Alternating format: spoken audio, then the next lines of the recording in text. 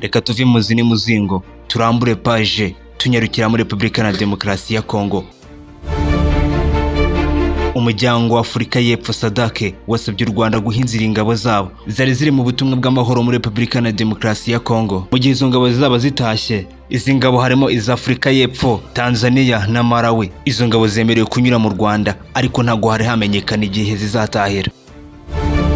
Tariki 13 Werurwe muri uyu mwaka 2025 abakuru b'ibihugu ba SADC bafashe umwanzuro wo guhagarika ubutumwa bw'umuryango wa DRC. Ubwo butumwa bwari bwaratangiye ukuboza mu mwaka wa 2023 basaba izi ngabo gutaha mu byiciro. Izi ngabo zari zarahagaritse kwifatanya na FARDC mu kurwanya umutwe witwaje intwaro wa M23.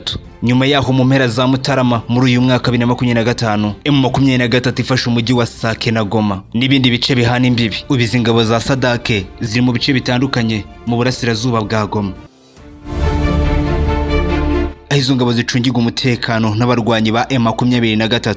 M23 akaba ari izifasha kubona ibyibanze mu buzima bwabo harimo nk'amazi, ibiribwa ndetse n'imiti. Tariki 28 Werurwe muri uyu mwaka abahagarariye SADC mu rwego rwa gisirikare bari bemeranyije n'iri huriro rya AFC harimo n'umutwe wa M23 ingabo z'uyu muryango zizataha zinyuze ku kibuga cy'indege mpuzamahanga cya Goma nkuko amasezerano impande zombi bari bagiranye nkuko abivuga. SADC na AFC M23 bari bemeranyije kwifatanya mu gutunganya ikibuga cy'indege byakekwaga ko batezemo ibisasu ubwo ingabo za DRC zahungaga. Ingabo za SADC zari zemerewe gucyura intwaro zabo ndetse n'ibindi bikoresho bya gisirikare ariko bagasiga izo basigiwe na FARDC.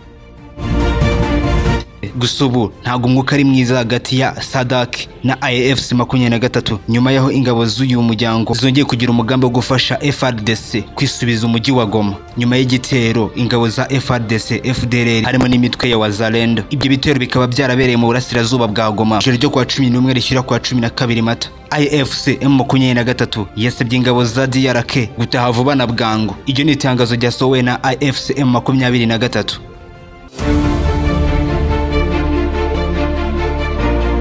Turacyari kuri ya page. Ihuriro rya AFC M23 irwanya ubutegetsi bwa Republika na Demokarasi ya Kongo yashinja Perezida Antoine Felix Tshisekedi kugerageza kudobya ibiganiro by'amahoro abinyujije ku ngabo z'igihugu cye ndetse n'imitwe yitwaje intwaro ya Wazalendo. Mu ijoro ryo kwa 11 rishyira ku 12 Mata ingabo za FARDC, FDLR na Wazalendo byagabye ibitero mu burengerazuba bw'umujyi wa Goma. Uwo mujyi ukaba ugenzurwa na AFC M23. Ati ibyo bitero icyo byari bigamije ati no kwisubiza aho AFC M23 imaje kwigarurira. Ihuriro ry'ingabo za leta rya RDC byagabye ibitero mu bice bitandukanye mu ntara ya Kivu y'Amajyepfo. Ibyo bice bikaba bigenzurwa na AFC M23 harimo santere ya Kabamba na Katana muri teritwari ya Kabare na Buhere muri Warugu. Abagwanyi ba AFC M23 bavuye muri Kavumu bajya kurinda ibirindiro byabo muri ibi bice byari byagabwe ibitero n'ingabo za FARDC,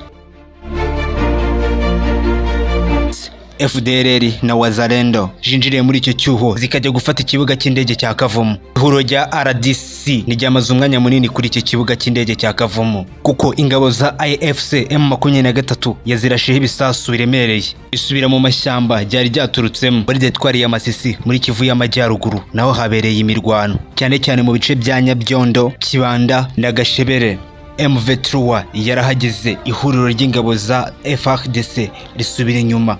Ku itariki 15 Mata umuvugizi wa AFC M23 Lawrence Kanyuka yatemberanye n'abanyamakuru ku kibuga cy'indege cya Kavumu bagaragariza ukuntu umutekano wagarutse. Ibikorwa biteza imbere abaturage mu bice bikikije iki kibuga cy'indege cya Kavumu nabyo birasubukurwa. Lawrence Kanyuka yasobanuye uburyo ibi bitero byagabye kuri iki kibuga cy'indege cya Kavumu, anavuga n'ibindi bitero byabaye mu bindi bice bitandukanye igenzungwa n'ihuriro rya AFC M23. Kanyuka yavuze ko bigaragaza umugambi Tshisekedi afite uhabanye no gushaka amahoro. Yanavuze ko no mu ntangiriro za Mata abarwanyi ba AFC M23 bavuye mu mujyi wa Walikale.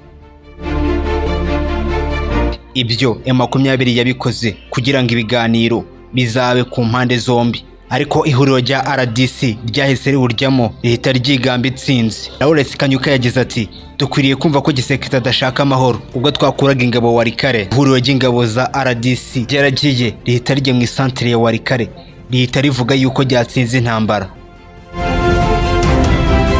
byumweru bibiri bishije abahagarariye leta ya RDC na AFC M23 batangiye ibiganiro bitaziguye biri kubera i Doha muri Qatar. Byagizwemo uruhare ibyo biganiro na perezida wa Qatar Emir Sheikh Tamim. Uko bwije uko bukeye tuzahita tubagenda tubagezaho amakuru nk'aya ngaya mu burasirazuba bwa Kongo ndetse no ku isi yose. Dushaka kujya tubabwira ibyo mutigeze mwumva ahandi. Niba ukunda ibiganiro byacu, ndagusaba gukora subscribe kuri YouTube channel Ijambo ry'igihe cyose 250. Ndabakunda cyane, mugire ibihe byiza.